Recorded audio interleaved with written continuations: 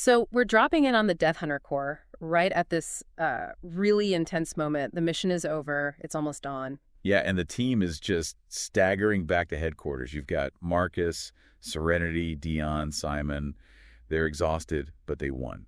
But it's not just a simple victory, is it? They've brought back, well, let's call them two massive new complications. Exactly. And that's what this deep dive is all about. We're going behind the curtain of the DHC. It's not just what they hunt, it's about who they are. How their whole supernatural infrastructure works. Right, and how the internal dynamics, the friction from this last mission is already setting up their next high-stakes target. And that friction, it starts literally at the front door. This new recruit, Vance, he's just standing there. He can't come in. And this is our first real glimpse into the, let's call it, supernatural politics of the Corps. Vance is a vampire, a nightbreed from one of the old immortal houses. An old acquaintance of Dion and Simon, we find out. Yep. But that doesn't matter to the building itself. His very presence, his nature, it violates the headquarters' magical defenses. Vampires in this world are, well, they're defined as soulless. So the director, Dion, has to step in and basically conduct the weirdest HR orientation ever. He tells Marcus, who they call Priest, that he has to formally Invite the bloodsucker in. Invite him in. And the second Vance crosses that threshold, the tension is just, you can feel it, especially between him and Marcus, the Nephilim. It's a fundamental clash of, I guess, magical physics. Marcus is a Nephilim, which means his power comes from a source called water mind. And what exactly is water mind? Think of it as pure primal creation energy, the absolute raw stuff of life. And that kind of pure energy is, well, it's completely hostile to Vance's nature. It's more than just a different flavor of magic. The moment Vance gets near Marcus, the water mind power just instinctively reaches out. And zaps him. It's like a static shock, but, with spiritual energy. Yeah. It's an immediate physical warning. It sets the power dynamic right away. It absolutely does. The Nephilim's purity is a constant, potent threat to the Nightbreed. And Vance gets it immediately.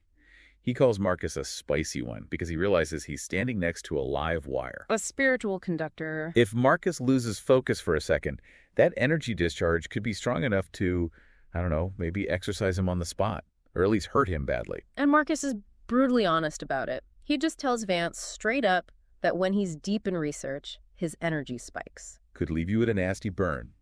That's the direct quote. It's a threat, but it's also just a statement of fact. It's their working arrangement. You can stay, but your existence here is a risk to you. Which really tells you everything about this alliance. It's all based on constant risk management. Yeah. So while those two are figuring out the supernatural pecking order, Simon, the logistician, he's handling the practical stuff. Someone has to, I guess. Simon's the one who shows Vance where he'll be staying, the left-wing quarters, which is noted specifically for having, quote, plenty of shade and very little windows. Of course, it's just so pragmatic. Simon's the one trying to make this ancient magical conflict work with, room assignments.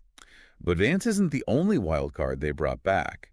There's also the rescued child, a caster named Rochelle. And she immediately becomes Serenity's problem. Serenity is the team's medic, their nurse. And her job here is so much more than just patching up wounds. The sources say she's fighting chemical residue in Rochelle's bloodstream. The girl was a test subject. Which tells you a lot about who they're up against, the Dark Casters. Absolutely ruthless. And when Rochelle finally starts to talk about the trauma, it's all tied to the moment she had to use her own power to survive. I felt like I exploded. That's what she said. Exactly. A huge ringing in my head. I felt like I exploded. She has this incredible power, but she has zero control. And using it is physically painful for her. A victim who was forced to become a weapon. And this is where Marcus steps in, but in a totally different capacity. Not as a threat, but as a mentor. Yeah. He reassures her. He tells her the HQ is safe, that it's protected by these powerful runic enchantments. But then he does something really interesting. He doesn't tell her to suppress her power. No, he does the opposite. He encourages her to learn about it. He points her to the Library of Modern History to understand her own abilities. Okay, wait. The history library. Why not a grimoire or a medical book? Because in the DHC's worldview, magic isn't just spells. It's applied historical knowledge. Her powers are wild, yes, but they have a precedent. I see. So he's pushing her to find that precedent. He's pushing her toward intellectual self-discovery. He thinks understanding the history of casters is the key to her controlling her powers, not just, medicating the symptoms. It's a really holistic approach to what you could call supernatural rehab. And while Marcus is playing mentor, we get this huge reveal about his own powers. It comes from a private conversation between Dion and Vance. A massive revelation. Dion mentions that Marcus recently awoke his own latent abilities. He fell into a trance and started speaking Highborn. Which is not your everyday language, I'm guessing. Not at all. Yeah. It suggests a deep primal connection to his Nephilim lineage, to the very foundations of their world. For him to spontaneously speak, it means his water mind energy isn't just spiking anymore, it's evolving radically and uncontrollably. So he's teaching a kid how to manage her volatile power while his own is running wild. That is a recipe for disaster. Yeah. Or something incredible. Exactly. Let's shift to the man in charge then. Dion Martel, Doc, the director. The sources give us case file 080, which really breaks down his past field work and explains everything about their current enemy. Dion's file is fascinating. It shows he's not just a leader, he's a top-tier field agent. The file details a time he booked a 6-month stay at an inn in Midian. The Market District. This is him setting up deep cover. Very deep. And notice how he does it. He pays with silver and 2 gold coins for the deposit. It's a specific choice of currency. Right. He's not just throwing money around. He's showing he understands the local economy, which earns the innkeeper, Peggy, her respect right away. But the real move, the truly strategic part, is what he does with her brother, Percy. He gives Percy this purple glittering gem as a tip. Not more coins. A gem. A gem. And he tells him to protect his sister and the inn. It's not just a payment. It's likely something with intrinsic, maybe even magical value in that region. He's not just buying loyalty, he's creating a sense of personal responsibility. It's psychological leverage. A master strategist. Totally. And he needed to be, because the enemy he was tracking, the Dark Casters, are an existential threat. The case file identifies them as the Mortal House of Casters, the same bloodlines that founded Agartha. This isn't just some random cult. This is magical royalty gone bad. And their history is dark. The first Dark Caster mentioned is a man named Jinzo Glastonbury, a master assassin for the old king of Midral. A king who dealt in the dark arts. So this corruption has deep political roots. Deep roots and a chilling signature move. Jinzo's victims are found with, and this is a quote, all moisture drained from them. Oh, that's grotesque. It's like entropy magic. It's clean, efficient, and absolutely terrifying. Dion tracked these signatures west, along the high road, which is what brings us back to the present.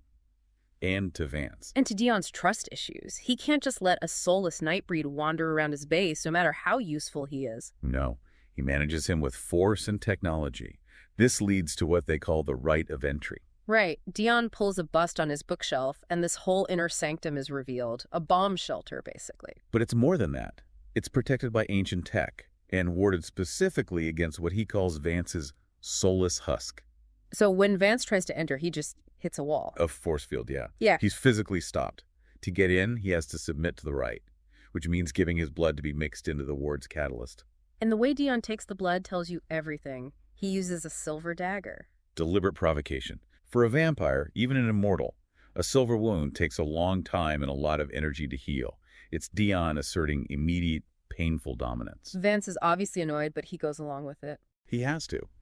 And then Dion, to add insult to injury, applies what's called a runic bandage. It's not for healing, is it? Not at all. It's a mix of herbs and tonics for empty bodies. It causes a dull, constant burning sensation. It's basically a magical tracking tag that reinforces Vance's subservient position in the HQ. Their whole alliance is purely transactional, calculated down to the last drop of blood. And that desperation, that need to heal from the silver, is what immediately kicks off the next mission. Vance heads straight for the library. He needs to regenerate, he needs to feed. And his research points him to one thing: demon blood. He says it's full of energy and healing properties. His suggestion to Simon is blunt. Let's go pick a fight with some demons. It's a simple, violent solution to a simple, violent problem. But then Marcus walks in, and he refines the idea. He connects Vance's need directly to their main objective. Perfectly. Marcus says the ideal target isn't just any demon. It's a demon that's using a mortal vessel, specifically one of the Dark Casters. It's genius. They're using the vampire's hunger for high-power blood to take out their #1 enemy. And Vance's reaction says it all.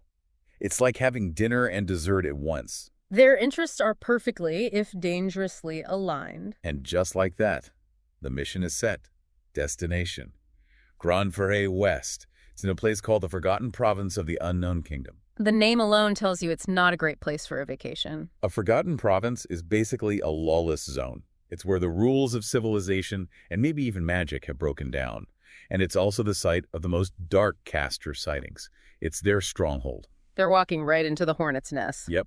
Marcus goes into full operational mode. He gathers resources, gets transport from Dion, and sets the rendezvous for 1,800 hours. The team is going deep into enemy territory with their new, very volatile weapon. So, to sum this all up, what this deep dive really shows us is the DHC's internal hierarchy. It's all about these supernatural physics. The Nephilim's purity versus the Nightbreed's soullessness, with the director's cold-blooded control keeping it all from blowing up. And we've seen this incredible duality in how they operate.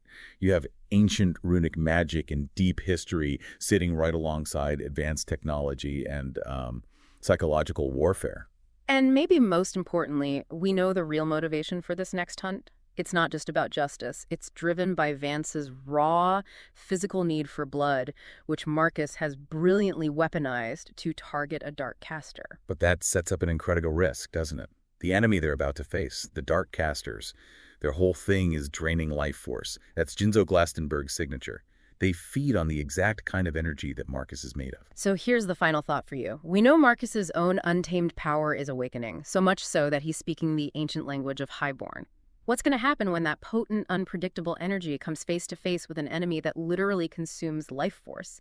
Is that power going to be their ultimate weapon, or could it be the one thing that gets them all killed?